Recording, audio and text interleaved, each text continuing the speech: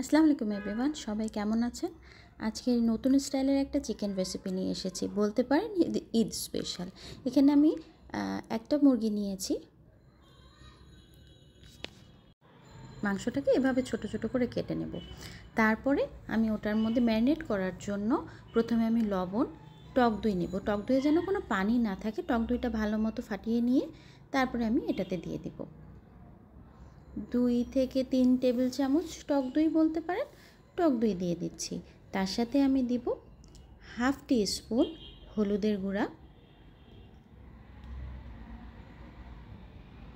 এবং দিয়ে দিচ্ছি মরিচের গুঁড়া। আমার বাচ্চারা যেহেতু মরিচ কম খায়, আমি একটু কম দিচ্ছি। আপনারা আপনাদের টেস্ট অনুযায়ী মরিচের গুঁড়াটা দিবেন প্লিজ। আমি হাফ টি স্পুন মরিচের গুঁড়া দিয়েছি এবং এখন আমি অ্যাড করছি 1 টিস্পুন আদা পেস্ট এবং 1 টিস্পুন রসুনের পেস্ট। এবং মেইন থিং এই রেসিপিটার সরিষার তেল, 1 টেবিল চামচ সরিষার তেল অ্যাড করে দিচ্ছি এবং সবগুলো উপকরণ ভালো মতো মাংসের সাথে মিশিয়ে নিতে হবে। খুব ভালো মতো একটু সময় নিয়ে ভালো মতো মিশিয়ে নিব। এই যে আমার মিশ্রণটা একদম তৈরি হয়ে গেছে।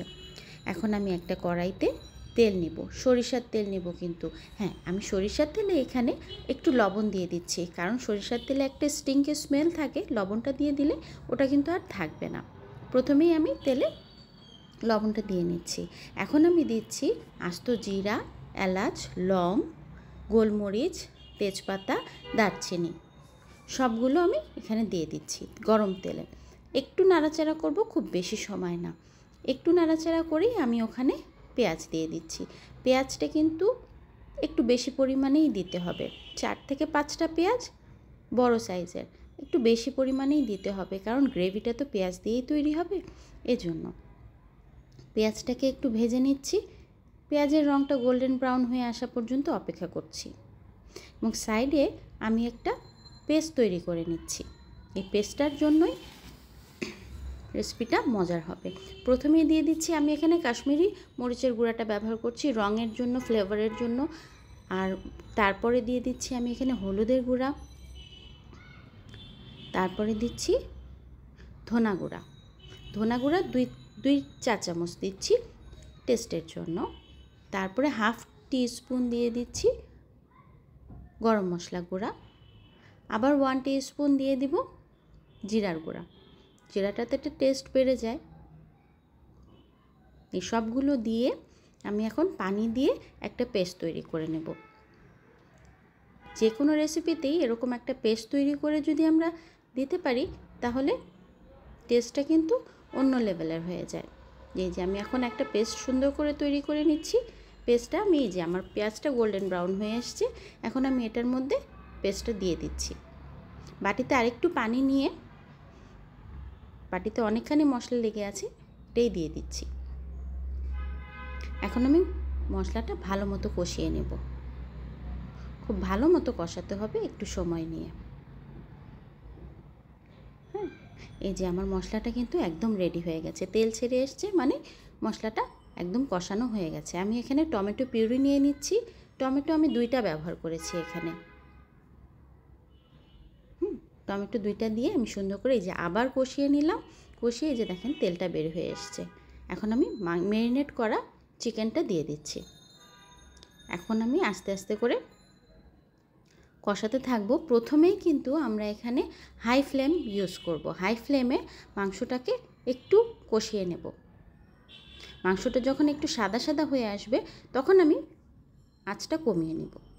এই যে হাই ফ্লেমে মাংসটা কিন্তু আমার সাদা হয়ে এসছে। এখন আমি আঁচটা কমিয়ে আস্তে আস্তে করে কষাতে থাকব।